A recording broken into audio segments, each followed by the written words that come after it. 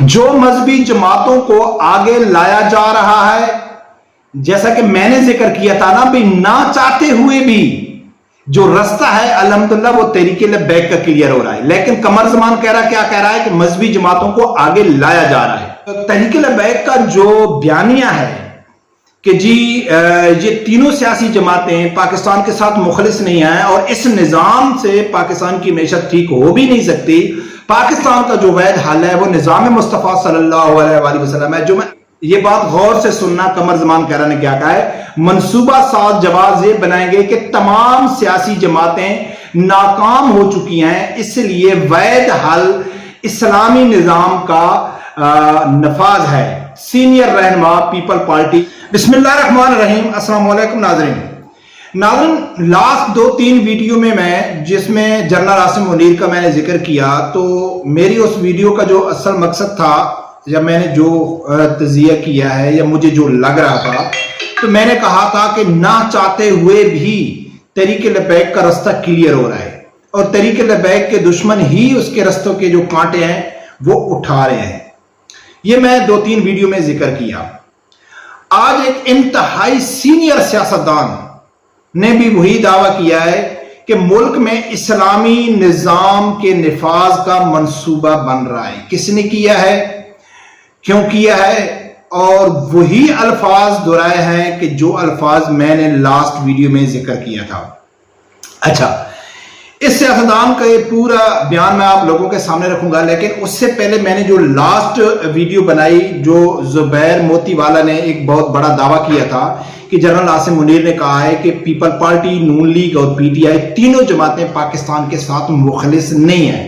اس خبر کے اوپر یعنی کہ بہت زیادہ تضاد پایا گیا. اس کی وضاحت سامنے آ گئی کہ جنرل عاصم منیر صاحب نے یہ بات نہیں کی ہے. اچھا، عقیل کریم ڈیڈی جو بہت بڑا بزنس مین ہے، اس نے بھی کہا ہے، بہت سارے آدمیوں نے کہا ہے کہ بھائی جو زبیر موتی والا نے یہ بیان غلط کوٹ کیا ہے. جنرل عاصم منیر نے یہ نہیں کہا ہے کہ یہ تینوں بڑی جماعتیں ہیں یہ پاکستان کے ساتھ مخلص نہیں ہیں. ہاں، اس نے یہ کہا ہے کہ بھئی ہر جماعت میں اچھے اور برے لوگ ہیں. لیکن کس طرح نون لیگ اور پیپل پارٹی کو بیوقوف بنایا گیا وہ وضاحت دے کے جو بات آج وہ سیاستدان سمجھ گیا، جو میں آپ لوگوں کے سامنے کرنے جا رہا ہوں. ناظرین، جنرل عاصم منیر نے کہا ہے کہ بھئی جو زبیر موتی والے کا دعویٰ تھا کہ جنرل عاصم منیر نے کہا ہے کہ بھئی یہ تینوں جماعتیں پاکستان کے ساتھ سیریس نہیں ہیں. لیکن کچھ لوگ کہہ رہے ہیں کہ نہیں جی، جنرل عاصم منیر نے ایسا نہیں کہا ہے. لیکن اس نے کہا ہے. آپ بات سمجھنے کی کوشش کریں، یہ ان کو بیوقوف بنایا جا رہا ہے. جیسا کہ میں آپ کو ایک چھوٹی سی مثال دوں کہ کپل شرما کے شو میں ثانیہ مرزا بیٹھی ہوئی تھی، جو شعیب اختر کی، شعیب ملک کی بیوی ہے. اس سے سوال کیا کپل شرما نے کہ بھئی کیا آپ بھی جب گیم کھیل رہی ہوتی ہیں تو گالیاں نکالتی ہیں؟ تو وہ کہتی ہے ہاں میں نکالتی ہوں، لیکن میں انگلش میں نکالتی ہوں. اردو اور انگلش کا ایک ہی مطلب ہوتا ہے، لیکن انگلش کی زیادہ بری نہیں لگتی. اسی طرح اس خبر میں پیپل پارٹی اور نون لیگ کو کیسے بیوقوف بنایا گیا اور آج اس سیاستدان نے کیا بیان دیا ہے.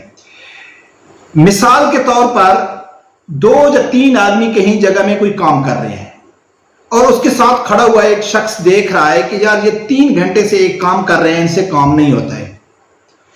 تو وہ شخص ان کو کہتا ہے کہ آپ ہٹ جاؤ، یہ کام میں کرتا ہوں. اب اگر وہ منہ سے کچھ بولے یا نہ بولے، لیکن جب وہ تینوں کو ہٹائے گا تو اس کا مقصد کیا بنتا ہے، اس کے دل میں کیا چیز آئے گی؟ یا تو اس کے دل میں آئے گی کہ یار یہ شخص نااہل ہے، یہ تینوں یہ کام نہیں کر سکتے، لہذا مجھے یہ کام کرنا چاہیے.